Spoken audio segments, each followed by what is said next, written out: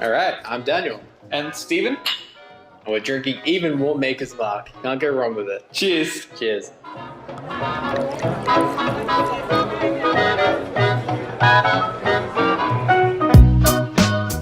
Oh, gotta love when a good beat drops. Oh yeah, love that. I love this jazz lo-fi. Jazz lo-fi is one of the best. Playing poker, drinking scotch. Oh yeah. Can't go wrong. Can't go wrong. What's your favorite hand in poker, man? That is good. Flushes I tend to overlook. I'd say a good straight. Okay. Love it straight. When Straightforward kind of guy. Yeah. I like that. Suits I tend to overlook a little bit. Not all the time, but I'm more focused on the numbers. Yeah, I can see that. How about you? My favorite hand is the first hand I ever won off, which is a full house. Nice, that's cool that you remember that. Yeah. Full house is good. Full houses is great. I love full houses. I shouldn't say this, but I still go a little too hard on full houses without thinking what else might be out there. But to be fair, if I get a full house, you're in a good position. Happy to go all in on that. Yeah, unless like it's obvious there's the more. 5 cards on the table or 4 cards in the same house. Yeah. That makes it a bit tough. But yeah, no, I definitely agree. That's similar with me in straights. I'd usually lose to a flush on a straight. Because I'm like, oh, wow, straight. And I didn't realize there's a flush there. And the flush comes out. Oh, that's painful. That's happened a couple times. Yeah, it's a painful one for sure. Or having 2 pairs and a 3 of a kind comes out. That one's way more common. That one kills. Why do you reckon they don't put jokers in the actual game? Well, you only have 2 jokers. That's a good question. Why would they put jokers in there if there's no purpose for them? I feel like I don't see a place in them. Where would you put their worth? I don't know. It could be a wild card. That could be interesting. Yeah. Making our own sort of poker game with the jokers. Whereabouts would you put them? Like, I suppose jokers would be played as anything. That's interesting. Because you would think you would always want that to be an ace, but that could be different. Yeah. Dude, why don't we do that one time? We should try it. That is so cool. So you're so close to a straight and you need like a 3 and you get a joker. You go, I'm just going to make that a 3, but you can still lose. Yeah, exactly. Like you have to confirm what suit and what number it is before you put it down. Exactly. Things that I'm playing it as this and I'm putting it down as that. Yeah, and maybe you're going for a straight and then bam, someone gets you with a flush or something. That's cool. I love that idea. I think it'd be great. The problem is there is literally only 2, so it would be very rare, but I guess it adds to it. Exactly. Imagine getting one in hand. Yeah. The best thing about obviously we would need to apply to properly see how it would function, but the good thing is it doesn't seem too OP. It's pretty OP because you have to choose what it is. Yeah. But doesn't mean like what are you going for, you know? I mean, it could be a joker on the river or something like that. Mm. You know, you might think, oh, I'm going to give myself a 2 pair. Someone might be like, I'm going to give myself a flush or a full house. Yeah. I guess the only problem is there's nothing stopping the person from changing it. Well, they're going to give themselves the best thing they can regardless. Yeah. But that could still turn against them. Yeah. I mean, the best hand they can give themselves. So let's say they have, I don't know, two 6s. There's a 6 on the river and a joker. They want to give themselves 4 of a kind. Go for it. Yeah, go for it. That is such a cool idea.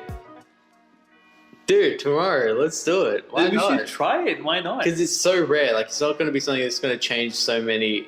You have 2 in a whole deck. Once they use it, done. 2 in a whole deck. It's not going to hurt. And you can still lose against it. That's the crazy thing. Good. If you have like a 2 and a joker, and there's not that much out there, the best you can do is go, oh, it's going to be a 2 for a 2 pair or something, or for a pair of 2s, you know? As long as you play it the best way you can. And then someone else could have, 4 of a kind or whatever. No matter what you do with the joker, you weren't going to win anyway. Exactly. That's a really cool dynamic. Jokers, the cards we of could anarchy. change how... Yeah, cards of anarchy. Just like the Joker from, Gotham against Batman, Yeah, that's right. Yeah. Yeah. Favorite Joker? Heath Ledger. Good one. I just grew up with him. Amazing job. He landed right at the right time in my life. And that movie inspired me like no other. That's still my favorite performance of all time. Heath Ledger's Joker. It rocked you. It rocked you to the core. 100%. That movie blew my mind. I watched it about 10 times maybe, as soon as it came out on DVD. Joaquin Phoenix's Joker was also incredible. Amazing. Is that your favorite? It's tough, man. I think I have to say it is. It is my favorite. I respect that. And the reason behind it gives you the psyche behind the Joker itself. How creative is it that his laugh is like a clinical addition, like a condition? I like that. So creative. And the whole mental illness side behind it. Favorite Batman villain? Has to be Joker. Yeah, dude, cheers. Cheers. Has to be Joker. Second favorite though. Ooh. Second favorite. Scarecrow. Nice. Respect to that. Cheers. Okay. Mine won't be Scarecrow though. I do think he's amazing playing on fear. I love how each Batman villain plays on a different aspect of Batman's psyche. Yeah. And Scarecrow really plays on that fear, the fear of him losing his parents, his fear of losing any more people in his life. Bane is great. He really pushes him physically, breaks his back and all that stuff. Two-Face is a big one. I might say Two-Face is great. Two-Face is great. The whole idea that he was close to this person before he became evil. Yeah. And that... You know what we forgot? Ra's al Ghul. Ra's al Ghul is up there for me without a doubt. Taught him everything he knew, the League of Shadows. Father of Talia al Ghul, who becomes his wife, and then he ends up having Damian Wayne too. Speaking of Damian Wayne, favorite Robin? This is interesting. Dick Grayson is my favorite Robin, but only because he becomes Nightwing. Okay. If I had to speak about only the Robins, I prefer Damian Wayne, but I love Dick Grayson as a whole character, his whole character arc. I respect that. I respect you liking like Dick Grayson as a character, right? Yeah. As a Robin, I like Damian Wayne the best. And partially the reason behind that is that he is Bruce Wayne's son. He is the legacy to Bruce Wayne. I expect him to take up the mantle of the Bat. That's the interesting thing though, because he is his actual son and he wields a sword, which is so fucking badass. Oh, that katana's amazing. It's so beast. That's probably the biggest reason why I think he could be potentially my favorite. But the interesting thing of that is that Batman always saw Nightwing, Dick Grayson, as his true his true heir. Which I find super interesting that he saw Dick Grayson was like the most perfect Robin in terms of following Bruce Wayne. He was almost he could have been a better Batman than even Batman because he had that purity and that idealness. He didn't have that burden. I think for that very reason he can't be Batman. That's interesting. I think that Batman needs to be damaged to that level. Well, he did lose his parents to the Flying Graysons, circus act. But I suppose because Bruce took him in, and because he saw what tragedy did to Bruce, he completely rejected the mantle. He didn't grow up alone, and that's why he ended up becoming Nightwing, which is awesome. Jason Todd, your thoughts on him? I like Jason Todd. I really like Jason Todd. And you know what? Jason Todd's one of those anti-villains that, is completely justified. Yes. Yeah. How cool is that? He was like this angsty Robin that couldn't quite follow the proper footsteps of a Robin. He would beat people a bit too hard. He would want to kill people. He never really understood why not to kill these thugs. And Batman's like, don't kill. Don't kill. The one person he doesn't try to kill, Joker, fucks his whole life up. Kills him. And then Batman lets Joker live. He can't take that. And then Jason Todd becomes Red Hood. He's like, what the fuck have you done? Exactly. The crazy thing is, he has a point. Like, how many times is Joker gonna get caught and let go? How many people has Joker killed in Batman? But the thing is, Batman kills Joker. Right. That Joker wins. Exactly. That's the crazy thing about the Joker. Like, how do you beat someone like that? I reckon Killing Joke. Oh, Killing Joke is incredible. It really portrays Batman at his weakest. Dude, that comic is incredible. You get the idea of the origins of Joker, or what he says the origins, because he says like the whole multiple choice thing. You see him push Commissioner Gordon. You see him fuck up Barbara. Ooh, dude, that. Yeah, and then the ending of it, where they both start laughing. Incredible. And then Joker stops laughing and Batman keeps laughing. Yeah. Like he actually killed him. I don't know if it's just me, but I thought that at one point in the comics, something like that there was a crack sound. Yeah. But I'm not sure if they didn't have that in the movie. In the movie, a lot of people didn't like what they did in the movie, especially like the whole Batgirl weird relationship thing. That was so strange. That was all just made up, just for filler. In the comics, it's actually a lot less ambiguous. So Batman and Joker, they're fighting each other, and Batman's like, look, I don't want to keep doing this anymore.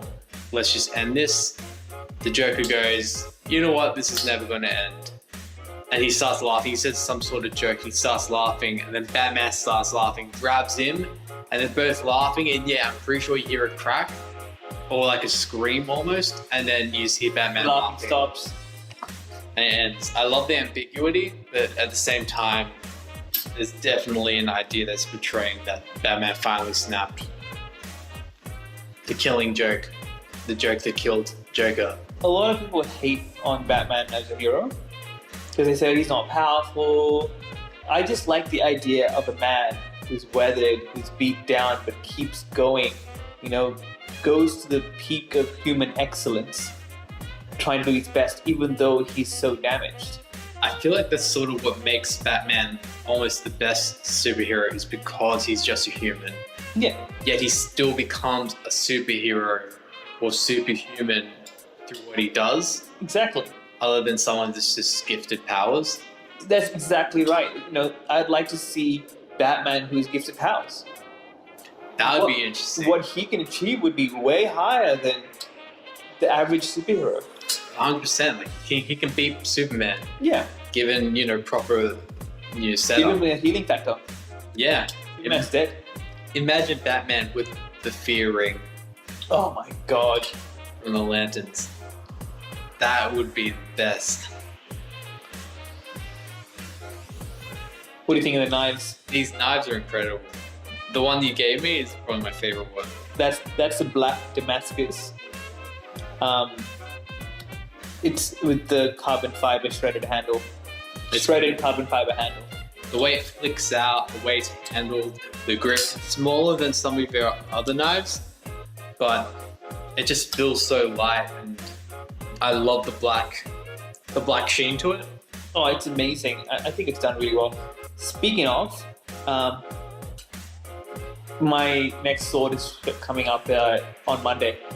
Oh, that soon? Yeah, it's coming on Monday. It's the museum replica of King Richard's sword. Oh my god. The one that looks like the Knights Templar sword with the lion head on the hilt. That sword is incredible. I love the sheen of it and the way it's wrapped around the belt. I am so excited. So I got it sharpened. It took 4 months for that sword to arrive. I am so excited for it though. I think, dude, it might even take equal place with my katana. Wow, because for me, by far, Okami, your katana, is legendary. So, but that sword you're getting does look incredible. What would be the name for your katana again? I have to actually look it up. Hinode. Hinode, that's right. Hinode. It's basically a representation of Miyamoto Musashi and his idea of being invincible under the sun. Yeah. The greatest samurai of all time. And his whole philosophy behind it. And that's sort of what I would want to represent. And I would have went for a white with red sort of look to represent the Japanese flag, the sun. Yeah. To be 100%. invincible under the sun. I really love Miyamoto Musashi. The guy's an absolute legend, absolute incredible mind, beyond incredible skill, undefeated. My favorite quote, though, would be different to yours. Okay. Mine is the one that says, to defeat yourself, defeat your weaknesses today is to defeat your enemy tomorrow. Dude. So the idea is that when you defeat your own weaknesses, you've already defeated the enemies who couldn't overcome the same weaknesses that you had. That is so accurate and so powerful. It's an amazing quote. It's one of those things you could live by. Yes. It goes to show, like, before you focus on what's out there, focus on yourself. Defeat your own flaws, overcome what your limitations are. Those people still just struggling with their problems. Same limitations you meet face to face in the battlefield, your enemies. Those people who want the worst for you, but end of the day, you've already overcome what they cannot. 100%. Such a good quote. 400-year-old wisdom. Crazy that wisdom can still be used this long. Amazing. Dude, I love it. Even his book, Book of Five Rings, right? Yes. Yeah, that's still on the way for me, actually. Nice. Yeah. I'm so keen to read through that. And just get even more wisdom, even more insight into life. Yeah. His perspective, because he was a very aggressive person. Yeah. Unyielding. Killed hundreds of people. He did. But at an older age, he reached the point of saying, I'm sick of all this death and misery. Yeah. Because at first that philosophy sort of helped him with the sword. The idea of killing and all that stuff. But then he became more of a pacifist as time went on. He really literally walks the blade. That's a great way to put it. He walks the blade. Flames out. Yeah. Flames out. All right. Cheers, dude. Cheers. Cheers to Miyamoto Musashi. Absolute legend. Definitely. Cheers to St. Apex. Legit.